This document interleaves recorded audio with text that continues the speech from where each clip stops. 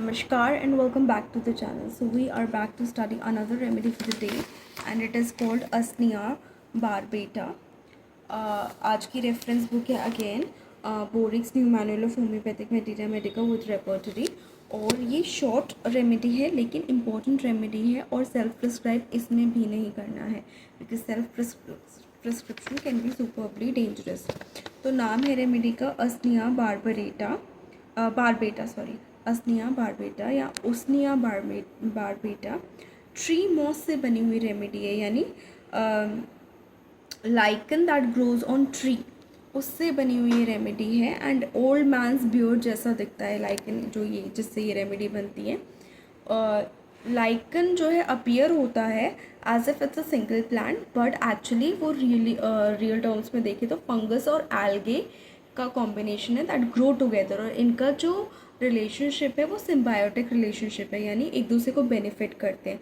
तो symbiotic organisms of fungus and an algae with potential antimicrobial, antioxidant and anti-inflammatory properties attributed to compounds like usnic acid या asnic acid. तो इससे ये बनता है remedy called उसनिया बारबेटा.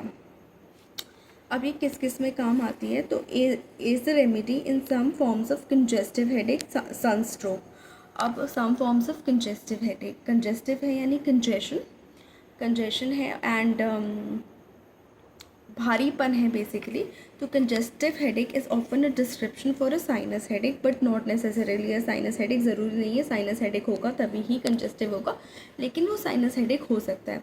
Caused by pressure from nasal congestion can also be a symptom of a tension headache which can be triggered by stress and muscle tightness.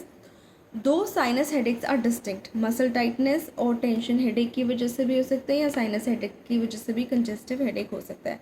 Sinus headaches थोड़े से different होंगे. Generally congestive headaches जो है dull tight band like pain होंगे around the head and sinus headache के case में the focus is more on nose and forehead area ये देखा जाएगा. उसके बाद सनस्ट्रोक में इस रेमेडी को यूज़ कर सकते हैं. सनस्ट्रोक और heat stroke is a condition caused by over heating of the body and it happens usually because of exposure to high temperatures और physical activity in high temperature for too long. Body का temperature rises to around 104 degree Fahrenheit और 40 degree Celsius. जो हिंदी में लू लगना कहते हैं या आतप ज्वर कहते हैं या ऊष्मा मूर्छा जिसे कहते हैं. उस केस में ऑल्दो ये इमरजेंसी कंडीशन है इमरजेंसी में रश करना चाहिए but if it's a sunstroke Usnea barbata can be given according to doctor's prescription. अपने आप कुछ नहीं लेना है और ना देना है. पूरी patient picture remedy picture match करके ही देनी है चाहे कितनी भी शॉर्ट रेमेडी हो लॉन्ग रेमेडी हो डीप रेमेडी हो. उसके बाद हेड में देखें तो बर्स्टिंग फीलिंग होती है. बर्स्टिंग में देखें जो शब्द यूज़ होता है वो है बर्स्टिंग में जो शब्द यूज़ होता है वो है बर्स्ट. तो burst is to break literal जो मीनिंग है उसका to break open suddenly and violently usually because there is too much pressure inside to cause this to happen. ऐसा लगेगा कि सर फट रहा है वो सेंसेशन को बर्स्टिंग हेडेक कहते हैं. सडन सिवियर हेडेक होगा that reaches its peak within a minute या फ्यू मिनट्स में पीक रीच कर जाता है. और कभी कभी it can be a sign of blood vessel issues और ब्लीडिंग इन योर ब्रेन. तो ऑब्वियसली स्कैन अगर बर्स्टिंग हेडेक अचानक से हुआ है तो भी इमरजेंसी रश करके स्कैन कराने की ज़रूरत है. बहुत समय से हो रहे हैं तो भी स्कैन करा के रूल आउट करने की ज़रूरत है कि कोई सीरियस कंडीशन तो नहीं है. उसके बाद आते हैं बर्स्टिंग फीलिंग. हेड में bursting feeling as if temples would burst. कहाँ पे हो रही है? टेम्पल्स के अराउंड हो रही है. Temples are also known as pterion. Latin से इनका ओरिजिन हुआ है. तो मतलब इस टेम्पल शब्द का ओरिजिन दोनों ही टेम्पल का एक मंदिर वाला और एक ये टेम्पल जो ब्रेन वाला है उसका भी ओरिजिन लैटिन से हुआ है बट दोनों का रूट डिफरेंट है. सो इसकी बात करते हैं. टेम्पल्स पेट्रियन कहते हैं a latch where 4 skull bones interact frontal parietal temporal sphenoid. It is located on each side of the head behind the eye and between forehead and ear.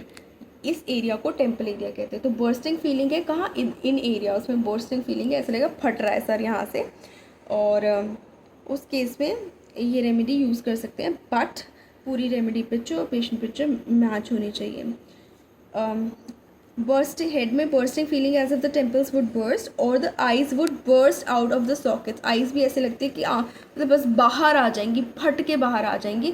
I socket जो आई को hold कर रहा है उससे फट के, मतलब जो जिसको कहते हैं ना सर फट रहा है या आँखों में ऐसा दर्द हो रहा है बिल्कुल फटने वाला, स्पेशली इस एरिया में, उसमें ये रेमेडी प्रिस्क्राइब की जा सकती है। थ्रॉबिंग कैरोटिड्स है, थ्रॉब यानी to make strong regular movements और noises to beat strongly, और carotids क्या है, refers to the main arteries in the neck that supply blood to the brain, face and neck। तो neck से जाने वाली arteries carotids वो थ्रॉब कर रही हैं, विजिबली जो है दिख भी सकती हैं ऐसी कंडीशन में थ्रॉब करती हुई। सो यस, रिलेशनशिप पे जो कंपैरिजन में रेमेडीज़ दी हुई हैं, इट इज़ ग्लोनोइनम एंड बेलाडोना से कंपेयर करेंगे अजनिया बारबेटा को। उसके बाद डोज जो अजनिया बारबेटा की रिकमेंडेड है, टिंचर या ड्रॉप डोजेस में इसको दे सकते हैं अकॉर्डिंग टू बोरिक, लेकिन क्लिनिकल एक्सपीरियंस में यदि कोई और डोज अच्छे से एक्ट करती है तो वो भी यूज़ कर सकते हैं। So that's it for this remedy called Usnea barbata, but please do not self prescribe, always have your prescription from your doctor. So that's it for this remedy. Please like the video, share the video and subscribe to the channel, and do not forget to hit the bell icon. Thank you so much.